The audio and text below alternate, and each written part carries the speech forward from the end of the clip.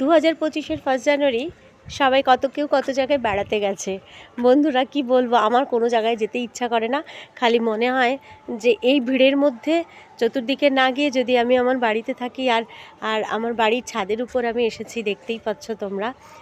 ছাদের থেকে বেশ সুন্দর একটা প্রাকৃতিক পরিবেশ দেখাই যাচ্ছে। পাশে দূরে একটা বাড়ি অনেক ছাদে ফুল টুল করেছে, সেগুলো দেখা যায়। আর এছাড়াও চারিদিকে বেশ সবুজ সবুজ লাগছে, ভালোই লাগছে। আর আমার ছাদে আমি কি করেছি না দেখালে ভালোই লাগছে না, একটু শেয়ার করতে চাইছি। তুলসী গাছ, মানে সব জায়গায় এই একটা তুলসী যত টব আছে সব জায়গায় শুধু তুলসী। আমার তুলসী বড় প্রিয়, আর সেই জন্য আমি সব জায়গায় তুলসী করে রেখে দিয়েছি। আর সবার গাছে, মানে সবার টবে ফুল গাছে নানান রকমের ফুল হয়। আর আমারও দেখো তুলসী গাছে কি সুন্দর ফুল এসেছে। জানি না দেখাতে পাচ্ছি কি না, এই যে তুলসীর ফুল।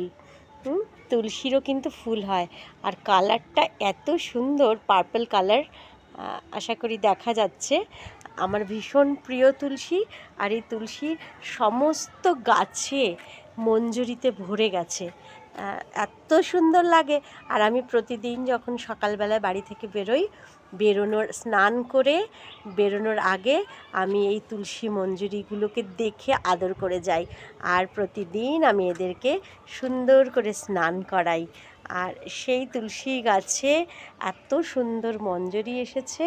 আর মঞ্জুরিতে যে এত সুন্দর ফুল হয় জানি না আমি কজনের জানা আছে। যদি তোমাদের কারোর জানা থাকে তোমরা আমার সাথে শেয়ার করো। দেখো আমার প্রত্যেকটা তুলসী গাছে মঞ্জুরি ভরে ভরে গেছে একদম, এই যে। আর কালারটা এত সুন্দর, মঞ্জুরির কালার। সবাই তুলসী, মানে বাড়িতে তো নানান রকমের ফুল করে, নানান রকম গাছ লাগায়, কিন্তু আমি জানি না আমার মতো এরকম পাগল কজন আছে যারা শুধুমাত্র টবের মধ্যে সারি সারি দিয়ে তুলসী গাছ করে রেখে দিয়েছে। তাই আজকে আমি তোমাদের সাথে আমার এই পাগলামিটা একটু শেয়ার করলাম, ভালো লাগলো তাই জন্য।